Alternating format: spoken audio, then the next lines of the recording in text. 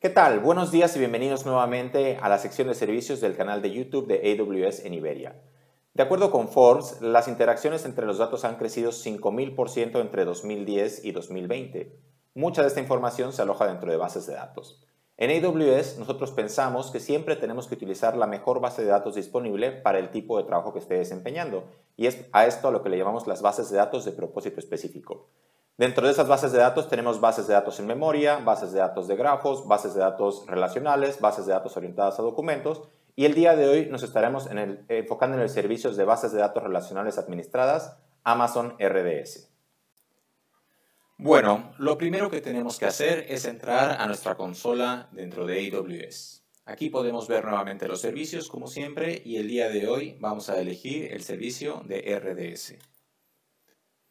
Esto nos presenta ya la consola del servicio de Amazon RDS y aquí podremos entonces ya seleccionar nosotros cuál es el servicio que queremos lanzar.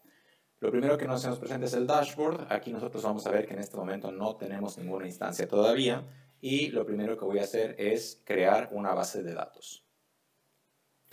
Al crear esta base de datos yo tengo la posibilidad de elegir una creación estándar o una creación fácil.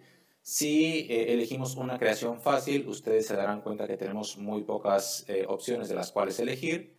Y si nos vamos por la opción estándar, entonces se nos presentan muchísimo más funcionalidades para que nosotros elijamos. En este caso yo voy a elegir la opción estándar para que podamos ver un poquito más cuáles son los detalles que nosotros podemos llegar a configurar. Sin embargo, si lo que queremos es tener una base de datos productiva en la menor cantidad de tiempo posible, pues simplemente podemos dar la opción de Easy Create y seguir por este camino. Lo primero que tenemos que hacer es seleccionar cuál es el motor que estaremos utilizando para nuestra base de datos.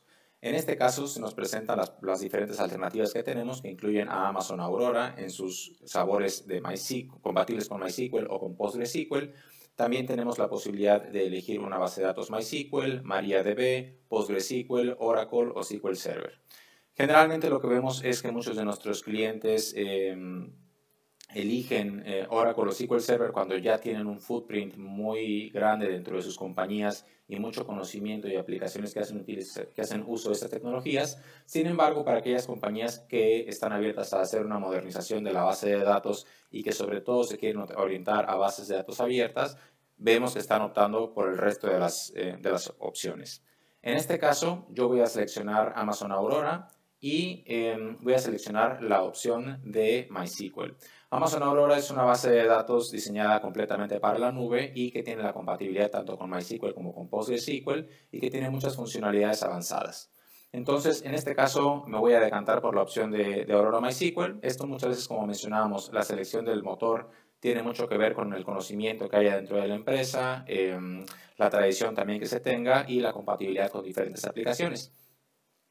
Posteriormente lo que tengo que yo elegir es si quiero que esta base de datos se lance en modo provisionado, donde yo voy a seleccionar cuáles van a ser las instancias de cómputo que van a estar dando la capacidad a estas bases de datos, o si yo lo quiero correr de una manera serverless. Si yo lo quiero correr de manera serverless, lo que tendré que especificar será sobre todo cuál es la capacidad que yo quiero definir para esta alternativa. Y aquí ya no lo vamos a medir directamente en características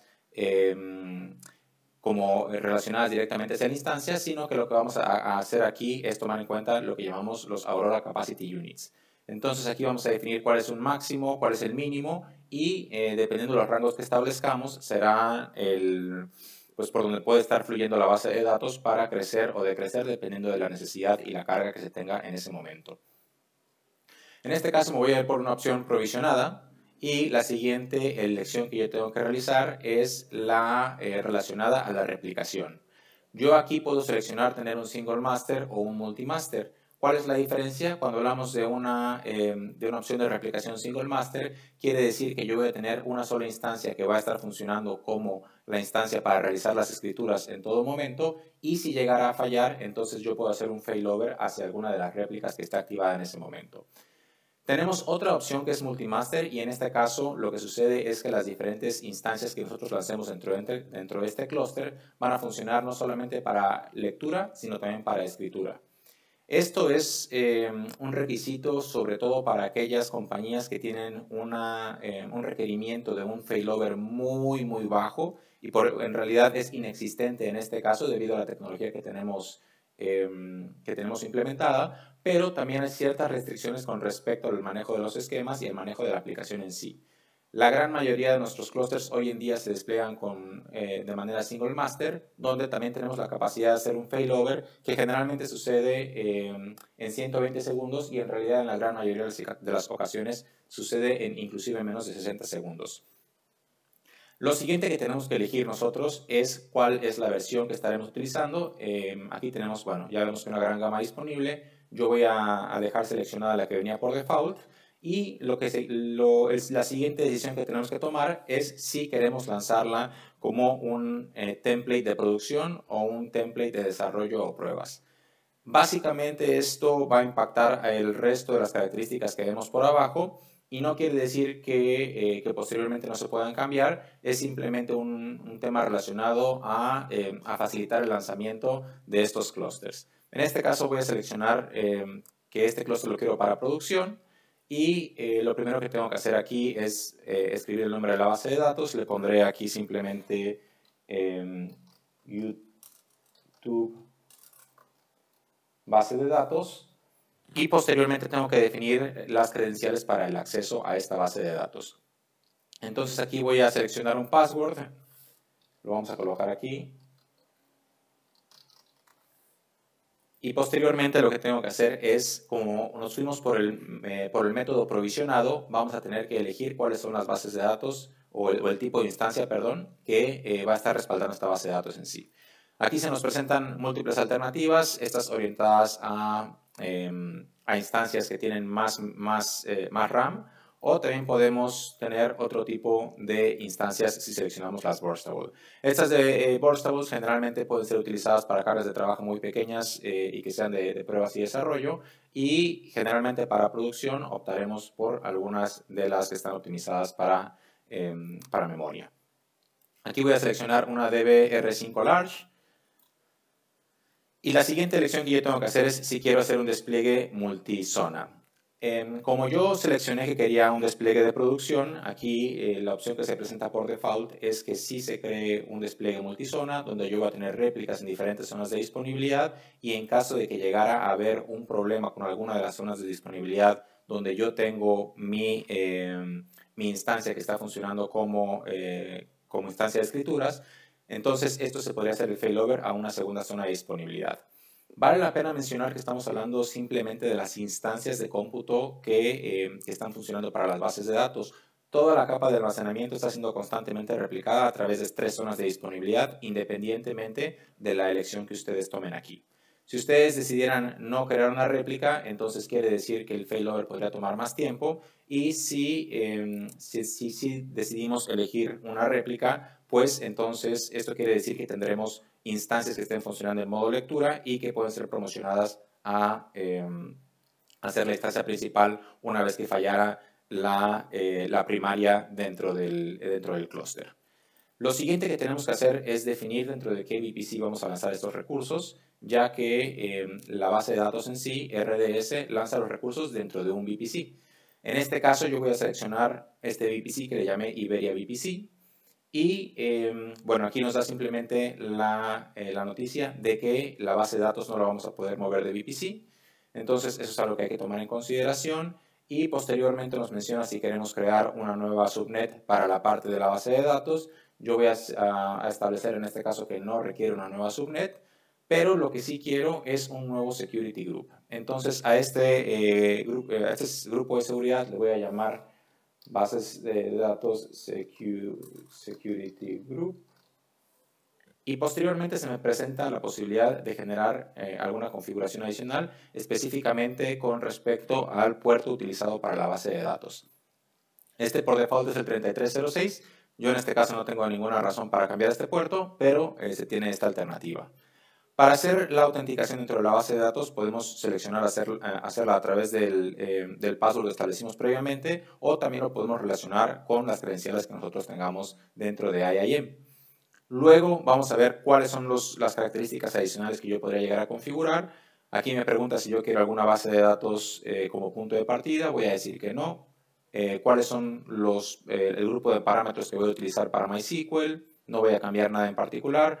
Este failover priority, bueno, viene relacionado a las instancias que nosotros tengamos desplegada como réplicas y si alguna de ellas en particular, pues le queremos dar alguna prioridad para tomar el rol de primaria una vez que la primaria fallara. Tenemos aquí la posibilidad de establecer el periodo de retención de los backups. Aquí podemos ver que tenemos desde un día hasta 35 días. Lo voy a dejar en este momento como un día. Y también vamos a establecer cuáles van a ser las llaves que vamos a utilizar para la creación de esta base de datos y para la encripción de los datos. Posteriormente tenemos la posibilidad de habilitar esta funcionalidad que se llama Backtrack. Entonces, Backtrack prácticamente nos permite hacer un regreso a un cierto punto de la historia dentro de nuestra base de datos sin tener que crear un clúster nuevo, sin tener que recuperarlo desde un snapshot, sino que simplemente decidimos hasta qué punto queremos regresar. Y posteriormente también tenemos la posibilidad de elegir cuáles son las características desde el punto de vista de insights del desempeño que vaya teniendo el clúster. Nuevamente elegimos cuál es la llave con la cual se van a encriptar estos datos y también nos pregunta si queremos habilitar la monitorización avanzada. Entonces, en este caso voy a dejar también todos los defaults. Me da la posibilidad de poder exportar los logs. Y aquí un punto que sí es bastante importante es el seleccionar, en este caso, el habilitar el upgrade de todas las versiones menores. Entonces, cuando se libere una versión menor de la base de datos, yo estoy aquí seleccionando que se haga una actualización de mi clúster y tengo la posibilidad de elegir la ventana de mantenimiento. Por default no se escoge un tiempo específico, pero yo tengo la posibilidad de elegir quizá un día, no sé, yo puedo decir que quizá los sábados a no sé, a las 5 de la tarde no espero tener mucha carga y es un momento en el cual yo podría estar realizando esa ventana de mantenimiento. En este caso voy a revertir a ninguna preferencia en particular y lo que sí voy a dejar es, voy a dejar habilitada la protección de borrado para que nadie pues, pueda llegar a borrar esta base de datos de manera accidental. Lo que sigue en este momento ya es crear la base de datos.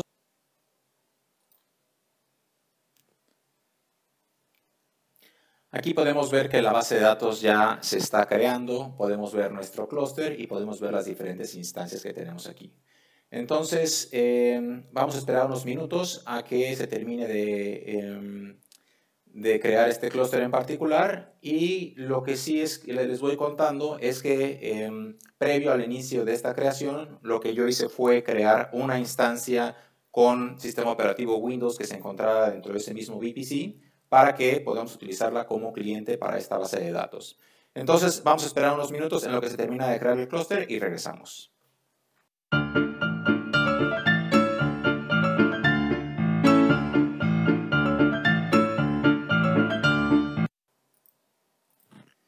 Después de 11 minutos tenemos que el clúster ya fue creado exitosamente y este consta de dos instancias. Tenemos una instancia que es la primaria y que estará funcionando para realizar las escrituras y adicionalmente tenemos una segunda instancia que estará funcionando para lecturas y que se encuentra en una segunda zona de disponibilidad. Y en caso de que hubiera algún fallo dentro de la primera zona de disponibilidad, entonces se haría un failover para que la segunda pudiera tomar el rol de la primaria. Ahora lo que vamos a hacer es que nos vamos a ir hacia ese clúster, vamos a ver que tenemos un endpoint definido. Entonces aquí tenemos este endpoint que vemos que tenemos uno definido para solo lectura, esta R es de read only, pero el que nos interesa en este momento es el de escritura. Entonces voy a copiar este enlace para poder generar una conexión. Una vez que tenemos el endpoint de la base de datos, lo que vamos a hacer ahora es pasarnos a esta instancia de Windows que yo creé dentro del mismo VPC. Y aquí vamos a crear una conexión a través de la herramienta dbeaver para poder conectarnos a nuestra base de datos y empezar a crear algunas tablas. Entonces, en este caso lo que voy a hacer es crear una conexión de tipo MySQL. Aquí voy a colocar el endpoint que recibimos desde RDS. Este es el endpoint de escritura. Y podemos manejar el puerto 3306 tal como lo establecimos previamente.